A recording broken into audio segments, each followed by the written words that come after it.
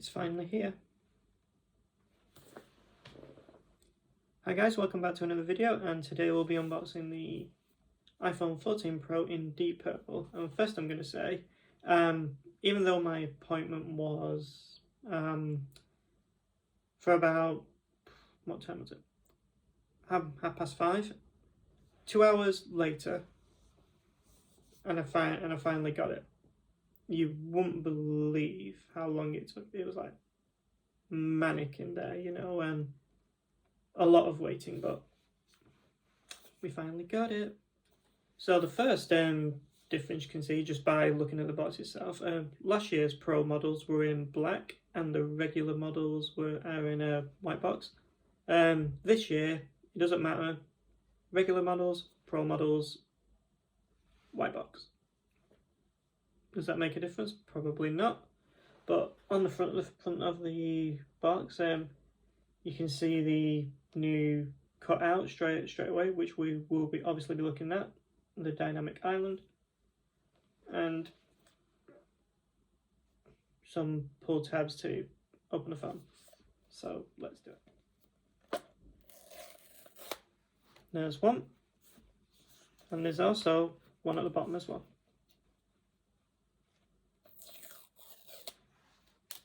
And there's the other one. And flip this over, and we shall have the first look at the 14 Pro. Many minutes later.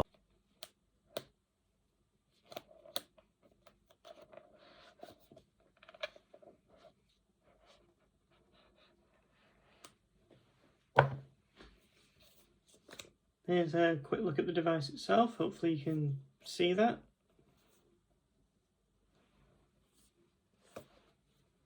Now in person, to me that looks like, of course it's purple, but I can see why they call it deep purple. Because it is really dark.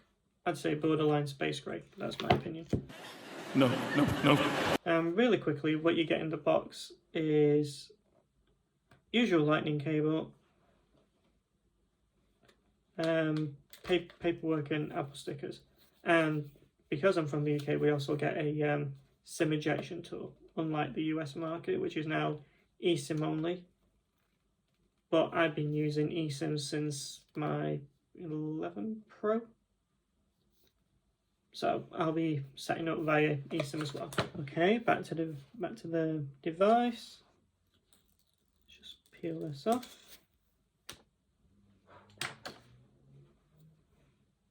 And just have a quick look around the phone. So we got the sleep wake button on this side.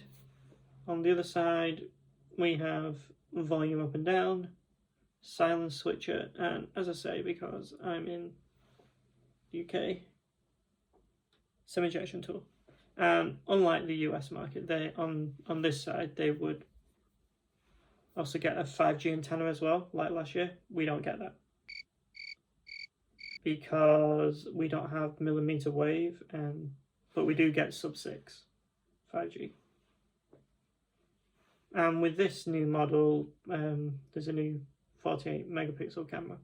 So let's boot it up and I'll take you through the process.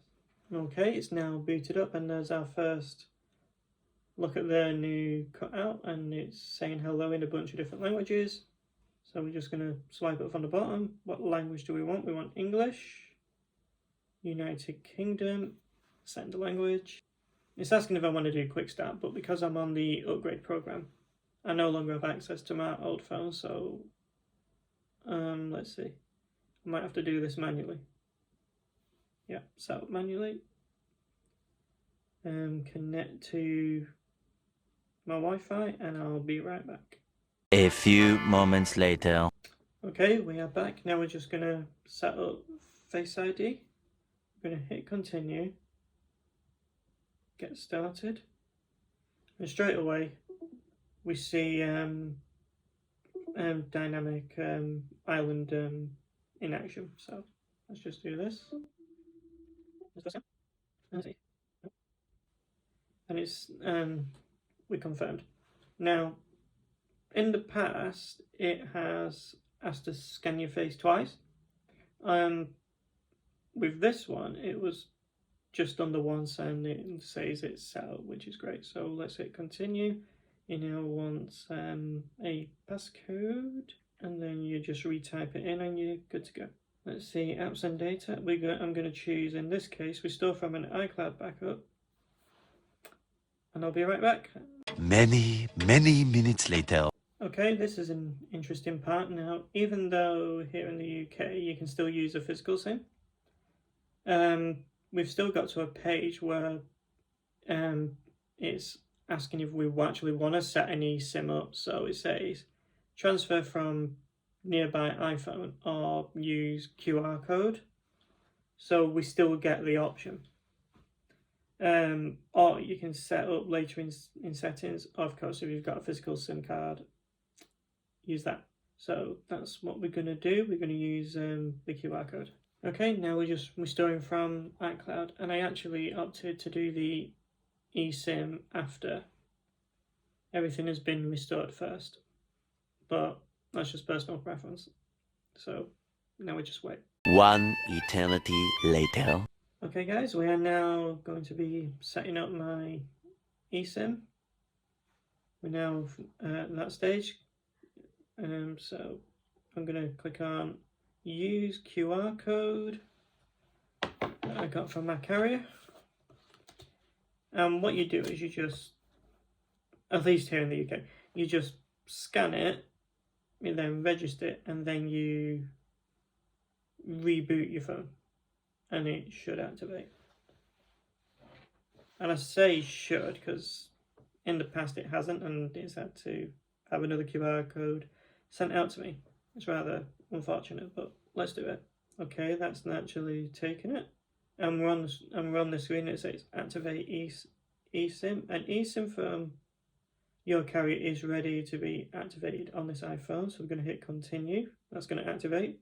And now it says mobile plan setup complete. But for yours, for you that are in the US, it will say cellular plan setup complete. So we're now going to hit done, and we have a signal. So maybe I don't need to reboot. Last year I had to. Review Apple ID phone number. Okay. And all this screen is asking is if it's still my current phone number, because it's given me the current trusted number, and it's asking if that's changed or not. Well, it's exactly the same, so I'm going to keep it. I'm going to hit done. And it still says restore in progress, and estimated 9.7 gigabytes will be downloaded to finish restoring your apps and data. And I'm going to quickly go through the settings and see if there's anything I missed. Also, for those that don't know, I unboxed this case the other day. If you haven't seen that, go check that out. But obviously I couldn't show you it with the phone actually in it, so we're going to do that now.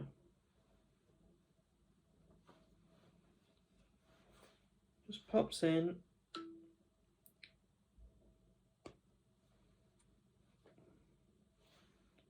I'm going to turn the sound off, it's annoying. And there we go. That's the phone inside the leather case. Okay, it seems like everything has gone through okay. And it's just in the process of restoring all my apps. And immediately what I found is if you haptic touch on any of the icons, for example, App Store, it actually not only vibrates, but it makes an audible sound as well. I don't know if you can pick that up. I will try to show you. Well, I say show you, but I'm going to see if you can listen rather. It's very, very faint, so I don't know if you can pick that up. And in case I didn't say, this is the 256 gigabyte. Now,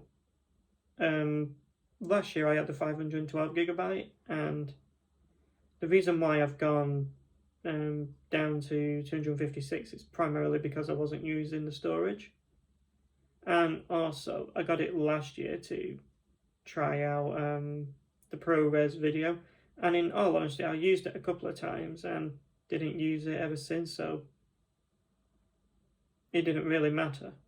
And even though this is a 48 megapixel camera, it will use pixel binning unless you're using it in 48 megapixel mode. And also, for those that use cinematic mode, you can now do it in 4K.